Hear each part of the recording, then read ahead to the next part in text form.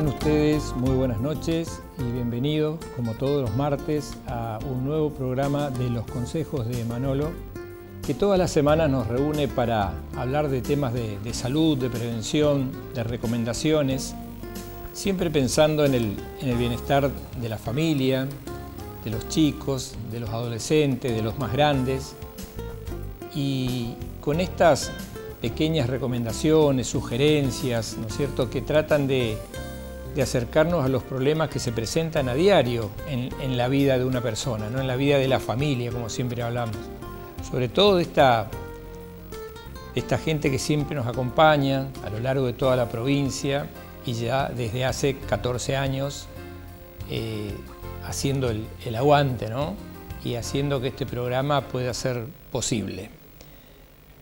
Buscando temas que sean de interés general, que nos afectan todos los días, temas que son de nuestra rutina, nuestro quehacer diario, ¿no? Hoy hemos elegido un tema que va a servir para todos, ¿no es cierto?, para toda la familia, porque puede afectar al recién nacido, puede afectar a los más chicos, puede afectar a los adolescentes, a cualquier miembro de la familia, ¿no es cierto?, a cualquier persona. Se calcula que más o menos un 20 o 30% de las personas padecen de este problema que vamos a hablar hoy. Y concretamente de lo que vamos a hablar es de lo que se conoce como constipación o también llamado estreñimiento, ¿no? Es algo muy común, es algo que pasa a diario, que lo padecen muchísimas personas, que está metido, está inserto en el ámbito familiar y que realmente aquellas personas a quienes les toca de cerca este problema, es un verdadero problema, ¿no?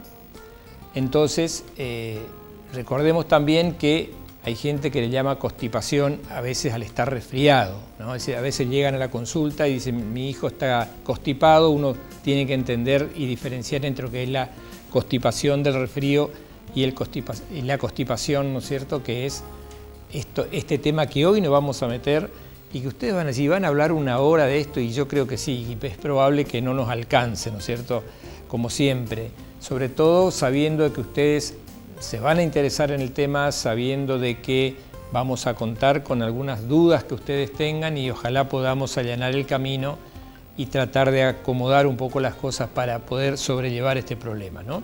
Entonces vamos a empezar, como hacemos siempre, definiendo cuál es el problema, qué es la constipación o qué es el estreñimiento. Como bien ven, el estreñimiento podemos definirlo como una alteración producida por el endurecimiento y por la sequedad de la materia fecal. O sea, la materia fecal se pone dura y se seca, ¿no?, con la consecuente dificultad para eliminarla en la forma habitual. Este va a ser el tema de hoy. Obviamente haciendo hincapié en los niños, en los más chiquitos, pero también sabiendo que es algo que puede afectar a cualquier integrante del grupo familiar. Y seguramente muchos ya están pensando que ese es su problema. Y bueno, vamos a tratar de darle algunas recomendaciones para ver si podemos ayudar un poquito. Recuerden, como siempre, que pueden comunicarse vía WhatsApp. También pueden mandar mensajes de audio al 3765 18 3000. Es muy sencillo, vamos a ir registrando los mensajes y bueno, al final del programa vamos a tratar de ir contestándolos. Entonces, ese es el problema, ¿no es cierto? El problema que tienen las personas para normalmente decir, como lo decimos habitualmente, el problema es para ir de cuerpo, el problema es para eliminar la materia fecal. Y uno dice, y no es tan grave y es problemático. Cuando veamos todos los problemas que van a surgir con las personas, con los chicos, con los bebés, con los recién nacidos que pueden tener este problema, nos vamos a dar cuenta de que es un problema serio. Y si 3 o 4 personas de cada 10 lo padecen, lo presentan, es un problema que se presenta a diario y que altera la vida familiar, altera la vida social, altera la vida escolar, altera en el estudio, altera las relaciones sociales. Entonces, ya tenemos definido y vamos a ver algunas consideraciones sobre la constipación o el estreñimiento. Sabemos que es más frecuente en la edad infantil, ¿no? Eso está muy claro, y que afecta a 15 a 20% de los niños en edad escolar. Fíjense el problema que significa esto. 15 o 20 de cada 100 chicos que van a la escuela tienen problemas para ir de cuerpo. Imagínense un chico en la escuela que va con ganas, que tiene ganas, que no puede, que no es su baño, que no es el lugar que frecuenta habitualmente, entonces se transforma realmente en un verdadero problema, ¿no? Se puede considerar a un niño estreñido o a cualquier persona cuando la posibilidad de evacuar la materia fecal es menor a 3 veces por semana. O sea, ¿cómo yo puedo saber si soy una persona constipada, que tengo problemas para ir de cuerpo, aparte de todo lo que puedo sentir? Si yo voy menos de 3 veces por semana, ya soy una persona constipada, ya tengo el problema y tengo que ver la forma en que puedo llegar a solucionar ese problema, ¿no es cierto? Hay motivos, hay causas, hay consecuencias, entonces que quede bien claro, una persona que va menos de 3 veces por semana al baño, por decirlo así crudamente, es una persona que está padeciendo este problema, ¿no? Ocasiona, obviamente, serios trastornos de conducta, ¿no es cierto? Retracción en los niños, o sea, problemas de conducta porque una persona, el organismo tiene que funcionar como una maquinita, como es, ¿no es cierto? Uno tiene que dormir el tiempo necesario, tiene que comer, alimentarse lo suficiente, tiene que descansar el tiempo suficiente, tiene que estudiar y tiene que ir de cuerpo por lo menos una vez al día, porque así como se comen 2 o 3 veces al día, también uno tiene que tener la posibilidad de evacuar eso, ¿no es cierto?, para poder volver a hacer su alimentación habitual.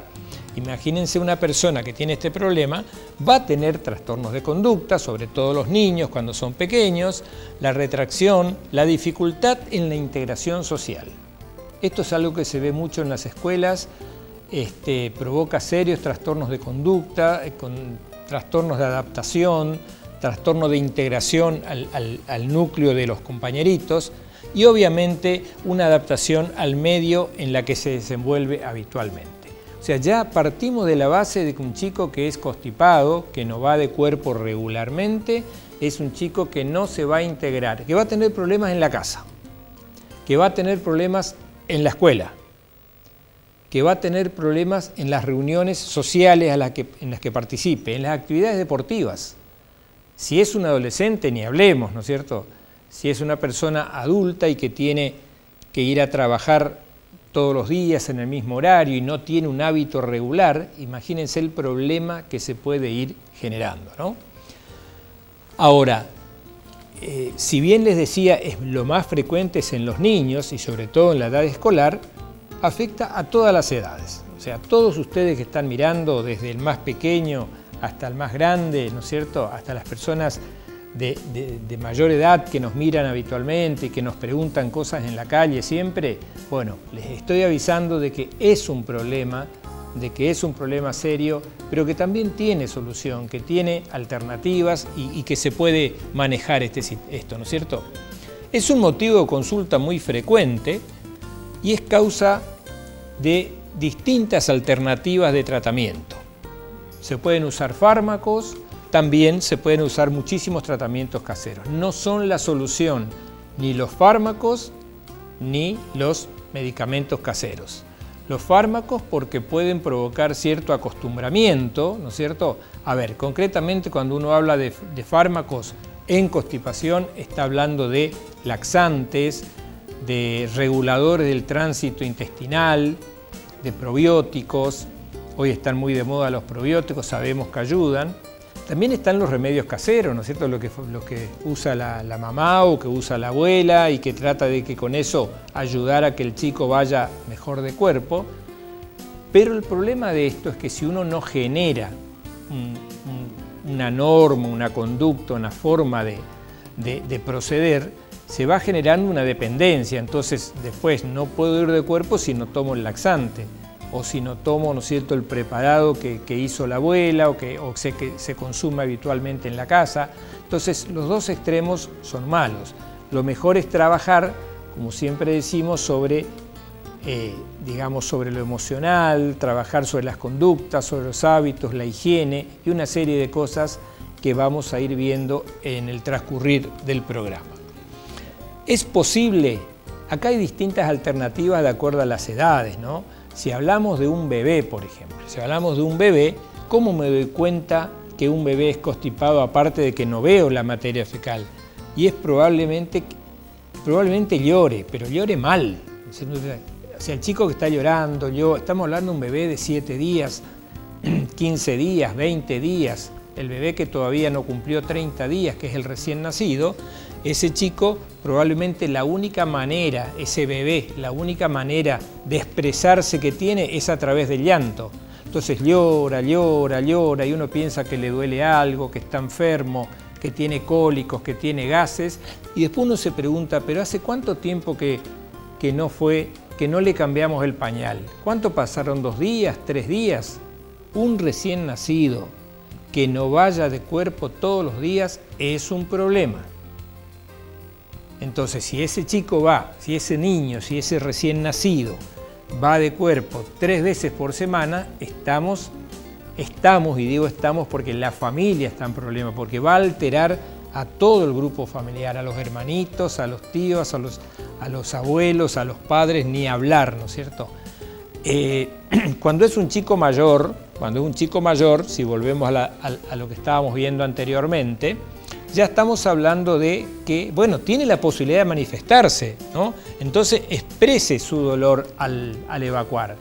Son chicos que se agarran realmente la panza, que hacen fuerza, que se sientan en el inodoro y que están prendidos, agarrados y están ahí haciendo un esfuerzo tremendo y no pueden evacuar porque la materia fecal es muy consistente, es muy dura, a veces muy voluminosa, está muy seca y a veces hay que ayudarlo y ustedes saben cuántas mamás lo han hecho, ¿no es cierto?, de ayudarlo hasta, obviamente no vamos a contar la forma, pero las madres que han vivido eso con sus hijos saben cuál es la única forma en que a veces los chicos pueden evacuar, ¿no es cierto?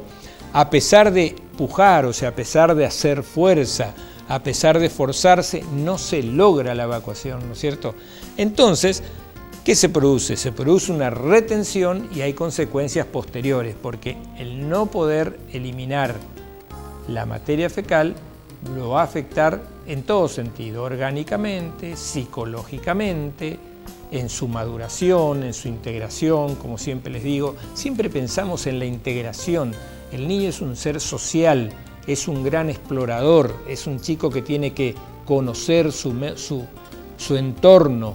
Entonces, si lo hace de mala manera porque está más preocupado en evacuar su cuerpo que en integrarse, obviamente que pasa a ser una gran preocupación para todo el grupo familiar, ¿no? Ahora, ya sabemos qué es la constipación, ya sabemos cuáles son las maneras en que se pueden expresar un bebé, un niño, el adulto obviamente ya lo sabe por sus propios medios y por su propio cuerpo, ¿no?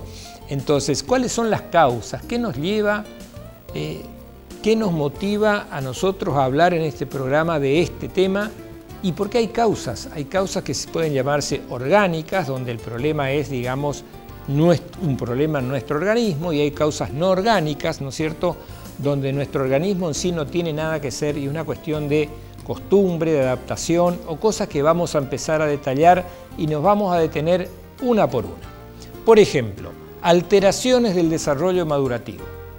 Los chicos que tienen algún trastorno del desarrollo, esos chicos que van madurando un poco más lentamente, los chicos que fueron prematuros, los chicos que no tienen suficiente estímulo, los chicos que no van, esos que dicen, bueno, va corriendo un poco por detrás de los demás, esos son chicos retraídos, ¿no es cierto?, más callados y que obviamente logran la capacidad de evacuar un poco más tarde que el resto de sus amiguitos, el resto de sus compañeritos. El estrés emocional. Cualquier chico, cualquier persona que esté sometida a un estrés emocional, y quien hoy no lo está en este mundo que estamos padeciendo y que estamos viviendo y que estamos conviviendo. ¿Quién no padece de estrés mínimamente 2 o 3 veces al día? Desde el caminar por la calle, desde el pensar que nos pueden robar, desde el manejar, desde el no saber si nuestro trabajo es consistente, si vamos a recuperar el trabajo que perdimos, si vamos a mantener el trabajo que tenemos, si podemos llevar el alimento a la casa. Eso genera estrés, obviamente que genera estrés.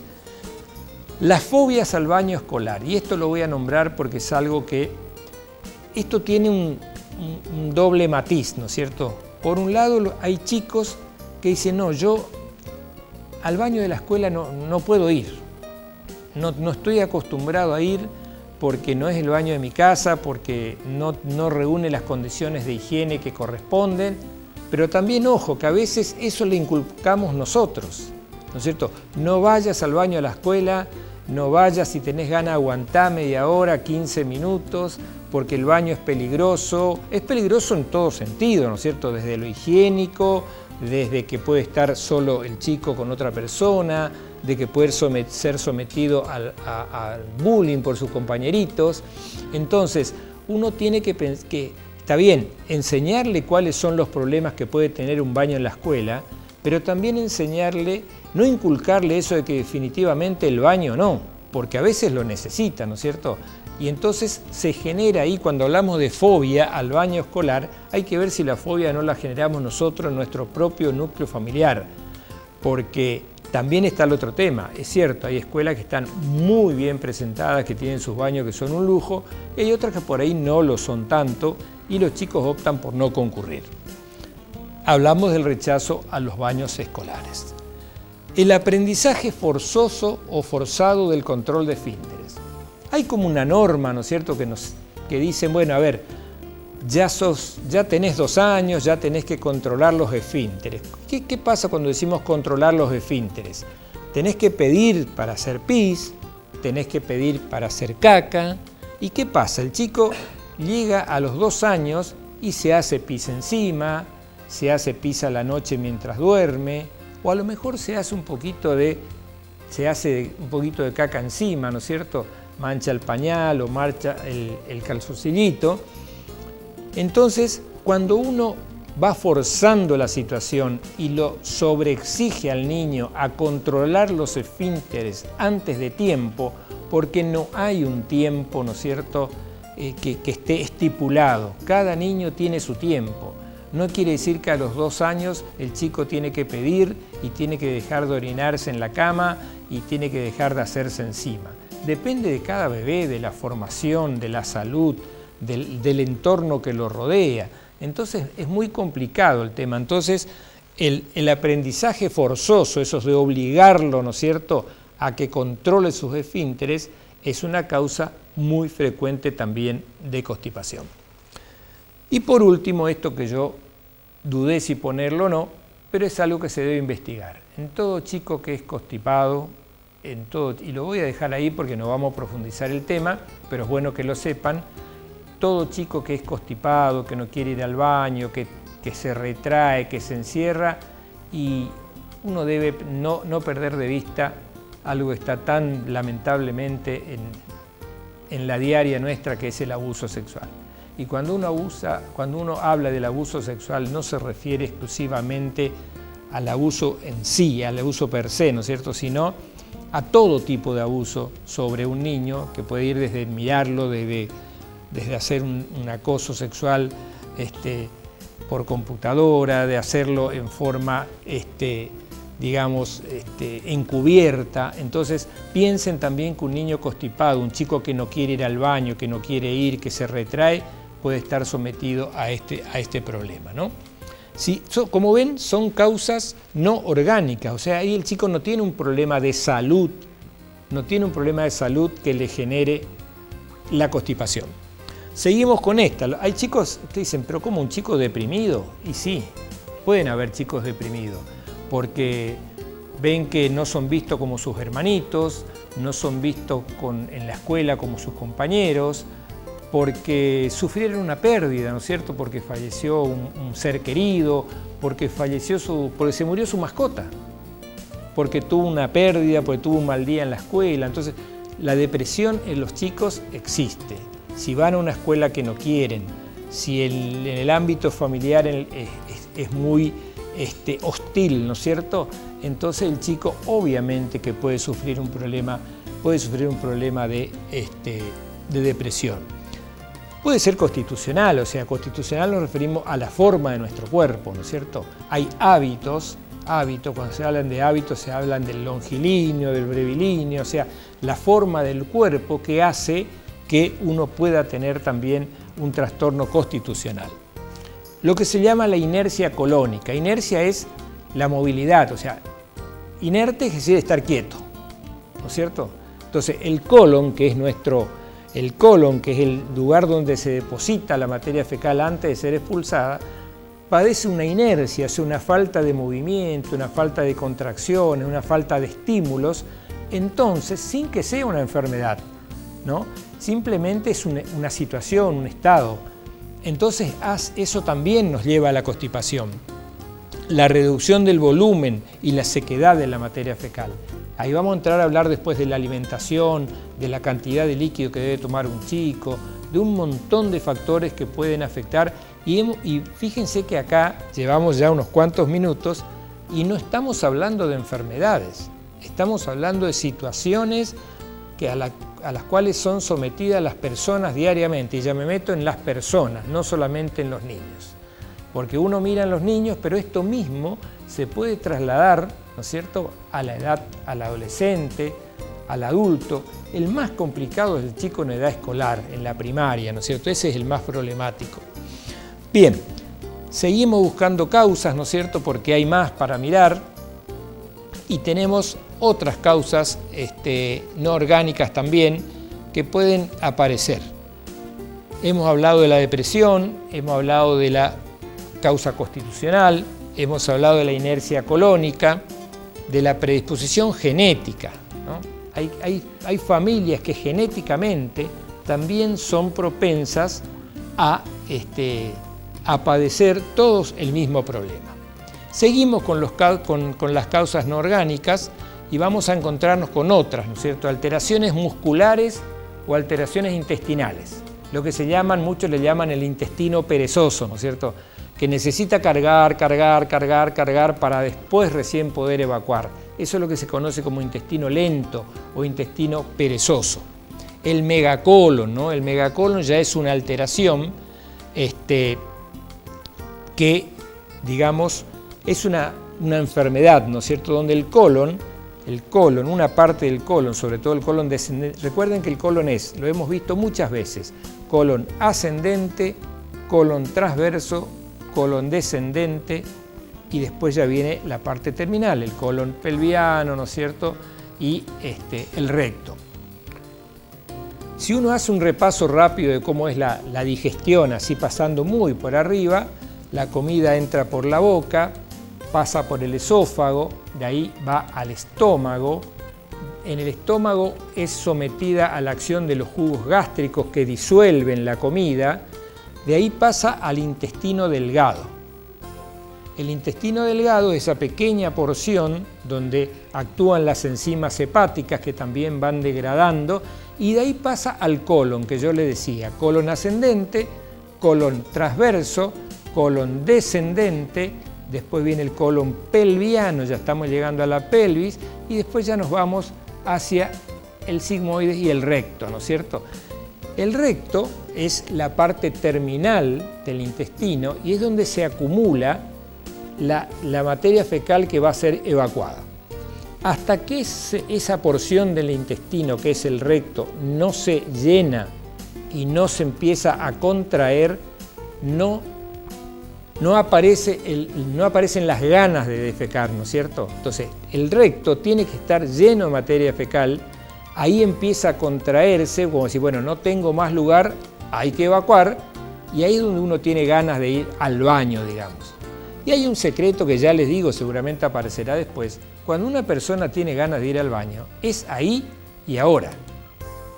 Hay que ir, buscar un lugar adecuado, porque si uno se aguanta y se empieza a aguantar, ese estímulo de evacuar desaparece. Entonces después se va haciendo cada vez menor y cada vez es más dificultosa la evacuación. Obviamente que acá ya estamos hablando de enfermedades, de problemas que tenemos. Las miopatías, ¿no es cierto?, las enfermedades de los músculos. Ustedes saben que todo el intestino está también integrado, conformado por músculos, por fibras musculares.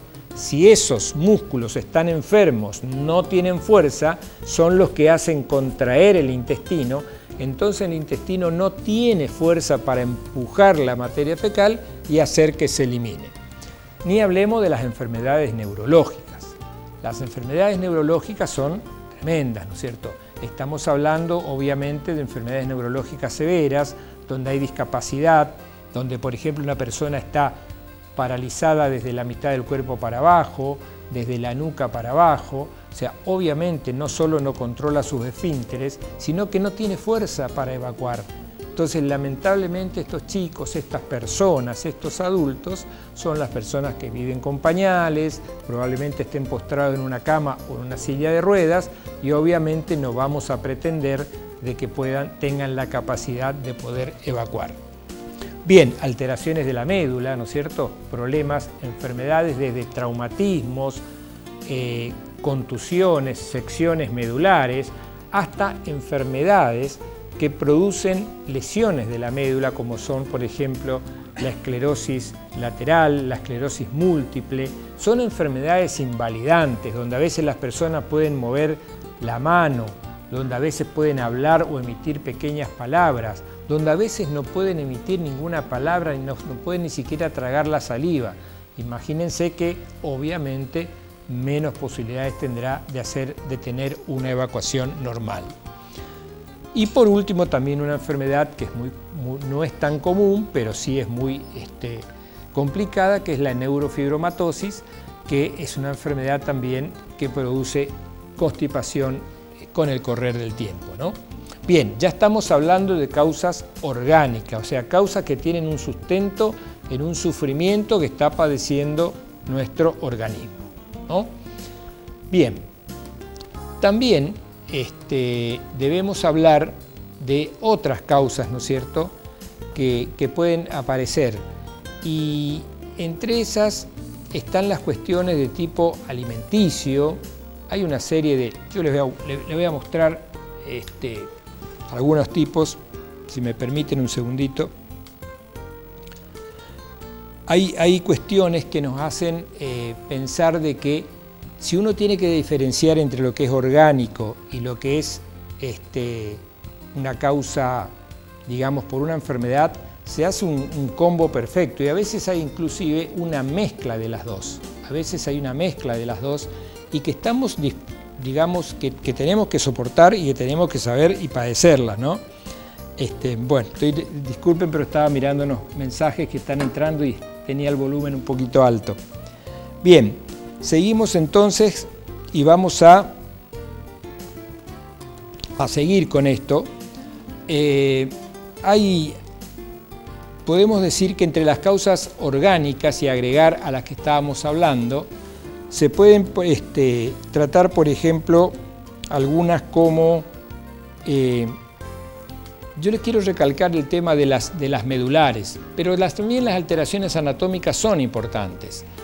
De las más frecuentes son las personas que han sufrido un trauma medular, que han tenido un accidente, que han tenido alguna complicación de este tipo. Pero no dejemos pasar estas otras que son muy importantes. A veces no se detectan en el momento y uno se da cuenta después con el tiempo. La primera es el ano imperforado. O sea, hay chicos, aunque ustedes no crean, que nacen con el ano imperforado. Quiere decir que no está el orificio por donde se elimina la materia fecal. Es como que hubiese una membrana que está tapando el ano, ¿no es cierto? Entonces, es muy importante el examen del recién nacido. Cuando uno recibe a un recién nacido en la sala de partos o en el quirófano porque nació en una cesárea, hay que hacer un examen completo del bebé. Aparte de ver el pulso, la temperatura, los reflejos, ver, escucharle el corazón, escucharle la respiración, tiene que revisarle la boca y tiene que revisarle la cola, o sea, el ano. ¿Por qué? Porque si el chico nace con un ano imperforado, hay una membrana, ¿no es cierto?, que está tapando la salida del tubo digestivo y obviamente que no va a eliminar la materia fecal y nos damos cuenta a los 2 o 3 días. Pero este chico nació, desde que nació no fue de cuerpo, no hizo caca, lleva 2 o 3 días, vamos a examinarlo y resulta que tiene totalmente cerrada la cola, tiene una membrana y eso requiere un tratamiento quirúrgico, ¿no es cierto?, porque hay que ir a destapar, hay que ir a sacar esa membrana. Eso a veces uno se da, para eso es que se pone una sondita cada vez que el bebé nace, para tratar de que uno en el momento ya detecte el problema. También está la estenosis anal. La estenosis quiere decir que el ano está permeable, no está totalmente obstruido, pero es más chico. Es más chiquito que lo habitual. Entonces, obviamente, vamos a tener problemas para eliminar la materia fecal. Después está lo que se conoce como ano anterior.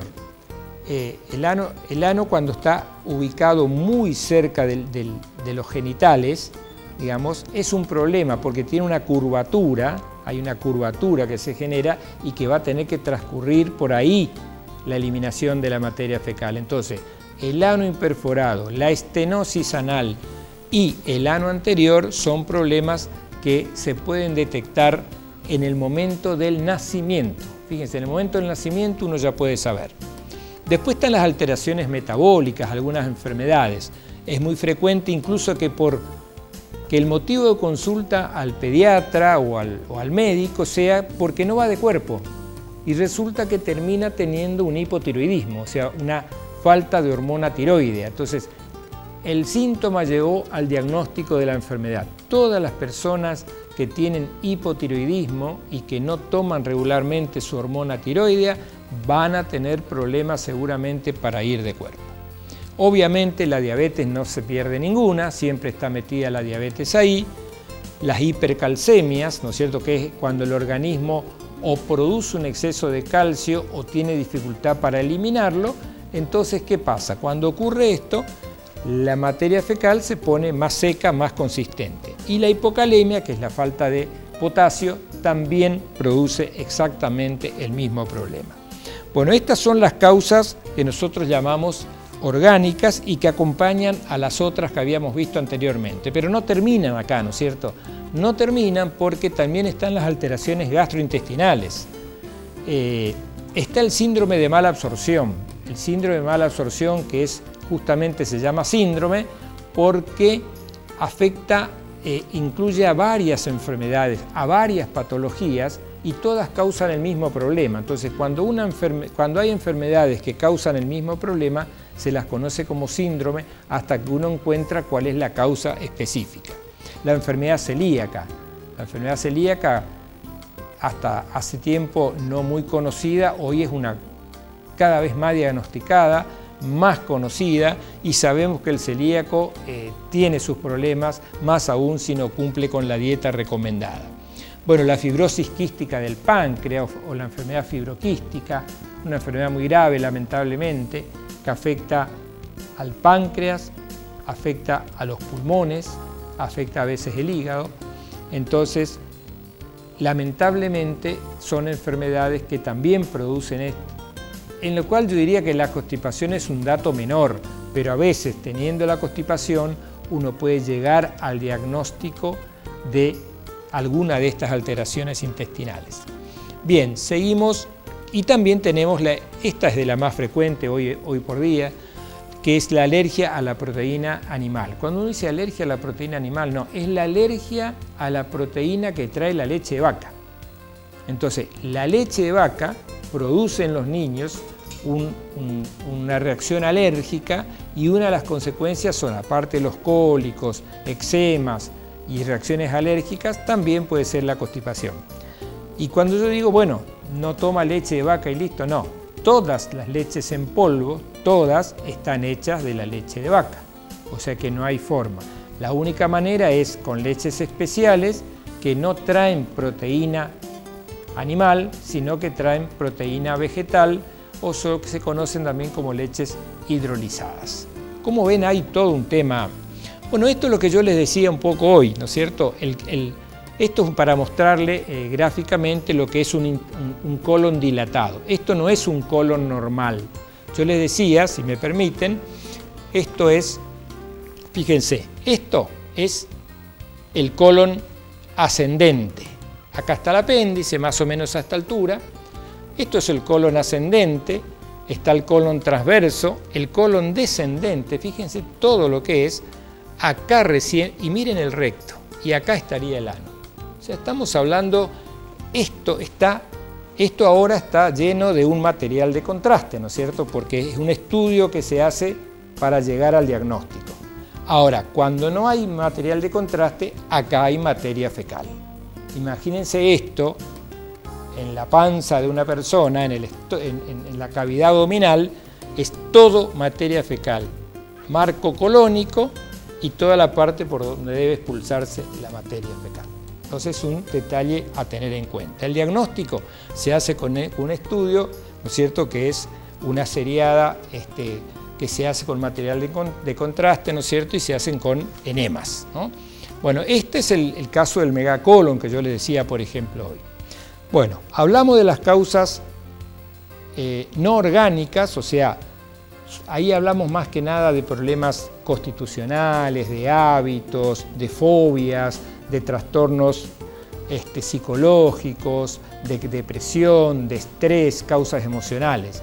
Hablamos de las causas orgánicas, donde hay siempre una causa que nuestro organismo, ¿no es cierto?, o vino con ese problema o se generó por alguna causa. Ano imperforado, megacolon, hipotiroidismo, enfermedad de Hirschsprung, que es el megacolon, y después están las causas donde el problema, digamos, ni es orgánica, ¿no es cierto?, pero tampoco es digamos, por todas estas cositas que yo estuve diciendo, como un acostumbramiento, el estrés. Son las que se llaman las causas generadas por los hábitos, en este caso, los malos hábitos.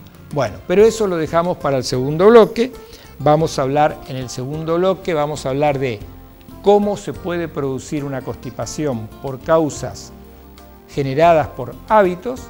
Vamos a hablar de cómo se puede combatir la constipación, de cómo se hace el diagnóstico y de las recomendaciones para tratar de llevarla un poquito mejor.